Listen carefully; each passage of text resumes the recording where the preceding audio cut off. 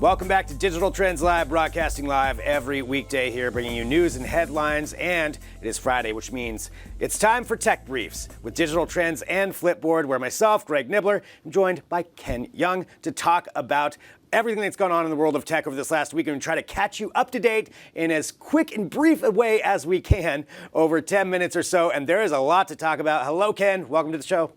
Hey, Greg. Nice to see you again. Good to see you, too. All right, let's just start off here. Big tech versus Big Brother, essentially. We've got the DOJ going after big tech, and this is something that we kind of thought was going to be happening for a while. But can you fill us in on what this investigation is all about? Look, I think everything kind of like really exploded on Wednesday. The House of Representatives, Congress basically held multiple hearings. Obviously, we talked about Libra, and now they had their antitrust meetings. This was all last week. Now this week, now we're talking about with Facebook having earnings. They've settled with the FTC for a record $5 billion. That's a record fine by the FTC, not really a record. That big of an impact on Facebook, considering they had their earnings and they brought in, I believe it was like $16 billion in revenue. So it's really pocket change for Facebook. And they've already accounted for that. If you recall, in April during their last earnings, they disclosed that they had set aside between $3 to $5 billion for the FTC probe. And so this came in line with that amount. Now, Facebook's shares have obviously gone up. Everyone's like, oh, back to normal. But this settlement with the FTC has some serious implications for Facebook, even though Facebook's taking it almost like a victory lap. For one, the executives, specifically Mark Zuckerberg, is now accountable. He has to certify that the company is in compliance when it comes to privacy. They have to name a chief privacy officer, and they also have to enact a privacy board within their board of directors. So this is going to be very interesting for Facebook. It's interesting to note the FTC was mixed in terms of their vote by a 3-2. Three Republicans voted for the settlement. 2 Democrats said no. Both parties are very equally mixed in terms of their reaction, saying, look, this is not fair for Facebook, or there should have been more. And look, and here's an interesting thing. This settlement covers everything, all the violations from June, everything prior to this June. So thousands of violations have all been covered. Facebook is essentially indemnified from getting prosecuted or fined further by the FTC. Now, as we know, this is Facebook, and they've been known to make serious steps, multiple steps along the way. So who knows what's going to happen? By no means is Facebook out of the woods yet. They've also had to settle with the SEC over their Cambridge Analytica scandal for $100 million. That's also pennies for Facebook. But also interesting to note, with their earnings, they've also disclosed that they are also under investigation by the FTC, again, this time over antitrust. So things are getting pretty interesting for Facebook.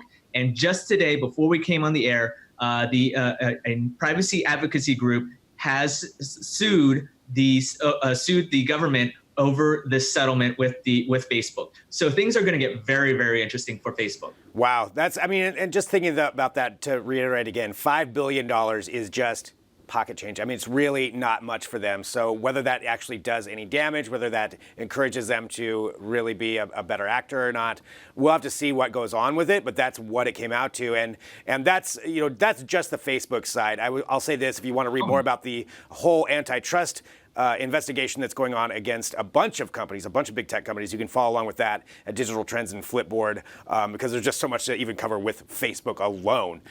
So let's go on to something else, some other breaking news that just happened today. And that's something that we've been expecting for a while. We're waiting to see if it would go through, and we just got partial approval, and that is for the Sprint and T-Mobile merger. So this is, you have your 4 major carriers. You have Verizon, you have AT&T, Sprint, and T-Mobile. Sprint and T-Mobile have long said that they need to merge in order to better compete against those two, saying it would be better for consumers. Part of what the worry is that then if you just get 3 major carriers, well, is that enough carriers to really provide for the consumers? And how's that going to work out in the end? Can they just run away with prices, or is it bad in the end for the whole market? So part of the deal was they had to sell off some of their properties to someone else to create another cell carrier, and that is Dish. Dish TV stepped in, so Dish Network bought Boost Mobile, and then also bought the rights to use some of the infrastructure to slowly create their own service. How do you think this is playing out right now, and how likely do you think this is to get fully completed? Well, I mean, it's way too early for anything to come out of the, to really emerge. I mean, look, right now, the FCC and the DOJ have given their approval over this, but there are dozens of states that are looking at this, claiming that this is going to harm competition. None of the divestiture of Boost and the Spectrum have actually happened, to the best of my knowledge so far. But it's going to be very interesting. And you're right, T-Mobile and Sprint have been talking about this forever. I mean, there was talk years ago, but it would actually ultimately stop by the DOJ and regulators because of, again, the anti-competitive nature of it, and therefore all talks broke down. This time, it seems things are getting a lot further, and it's going to be very interesting to see what's going to happen. And there's all these, different factors that come into play here. Maybe how are the states going to buy into this agreement?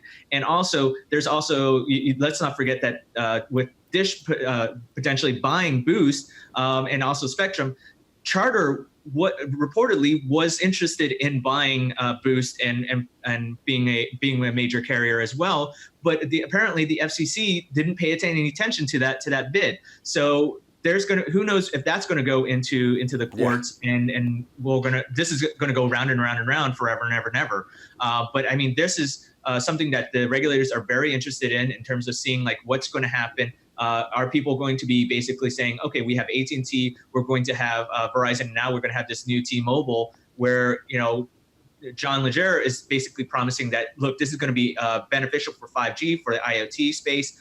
But who knows what's going to happen for those that necessarily won't be able to afford paying for their smartphone bills for all their wireless services. Are the prices going to go up? And only time will tell. Yeah, it's a lot to follow along with, and we'll see where it goes. This could set the precedence for other kinds of mergers along this line too, if we see other companies trying to work through that. But definitely some fascinating things. We'll see how that's going to affect everybody. I mean, maybe this fourth carrier. I know we need to get to two more things here too, just before we run out of time. Talking about drone deliveries, a big story this week. With Amazon Prime just following up, I know everybody wants to get their packages as quick as possible, and drone delivery is certainly something Amazon's been working on. UPS now also filing for their aspect of that to try to bring drone deliveries, but in particular working in the medical field. Oh, yeah, absolutely. And UPS has already tried this, I believe, in North Carolina or at least in one market. So this is going to be very interesting. FedEx has already been ahead of it in terms of working with Walmart and I believe Pizza Hut in terms of like the last mile delivery. And obviously, as we all know, Amazon's famous for their drones to deliver who knows whatever you want to order. And I believe it was like a few months ago they unveiled their massive drone that would deliver like burritos or whatever you wanted from that. So this time around, UPS is probably going to go after a more specific market, that being healthcare, that being medicine. That'll be very interesting to see if that actually happens. They've applied with the FAA for a specific license and I believe they would be the first commercial carrier to have that type of approval. So it'd be very interesting to see how that happens, and whether or not you'd be willing to get, your allergy medicine or your prescription filled and delivered by drone, whether it be that much faster. Yeah, we'll have to see how that all rolls out, but certainly drone deliveries are going to be big coming up over the next couple of years, and even this year we'll see more and more companies, I think, get approved. Follow along with those stories at Digital Trends and Flipboard. Last thing I wanted to bring up, just briefly here for Tech Briefs, I had to drop in a brief. Let's do this. The Samsung Galaxy Fold finally back after all of those issues that were going on. Sounds like September, you're finally going to be able to get your hands on one of those devices. Yeah, who knows? I mean, they said it was going to happen in this summer. Now it's actually going to be in September. Look, they touted that it's actually they fixed the problems. They're going to make it so that little plastic screen will be less enticing for you to rip off. But let's be honest, people will still do that. They've also said they fixed the hinge so that debris won't get into it. That's actually kind of interesting whether that'll actually work. But look, this is September. They have the Note 10 that's supposed to come out next month, and I believe the leaks have already surfaced that it's actually going to be officially on sale at the end of August. Now, September is supposedly when the new iPhone is supposed to be announced, and now you have this. and then potentially in October you have Google announcing the Pixel 4. So this is going to be very interesting to see whether or not Samsung can actually gain traction in terms of the foldable. And surprisingly, in September, they still have the advantage in terms of being the first foldable device out in the market beyond Huawei and beyond everybody else. But look, I think with they have a tough market now because all the pre-orders have been revoked. Nobody has their pre-orders anymore because of the delay. Right. So whether or not they can amass that million plus sales again based off of this, it'd be very interesting to see. We'll have to see where it ends up, but that is what we do here. We bring you up to date on what we know in the world of tech so you understand some of the things that are happening, how it could affect you. Once again, it's another Tech Briefs. Ken, thanks so much. Thank you, Greg. Appreciate it.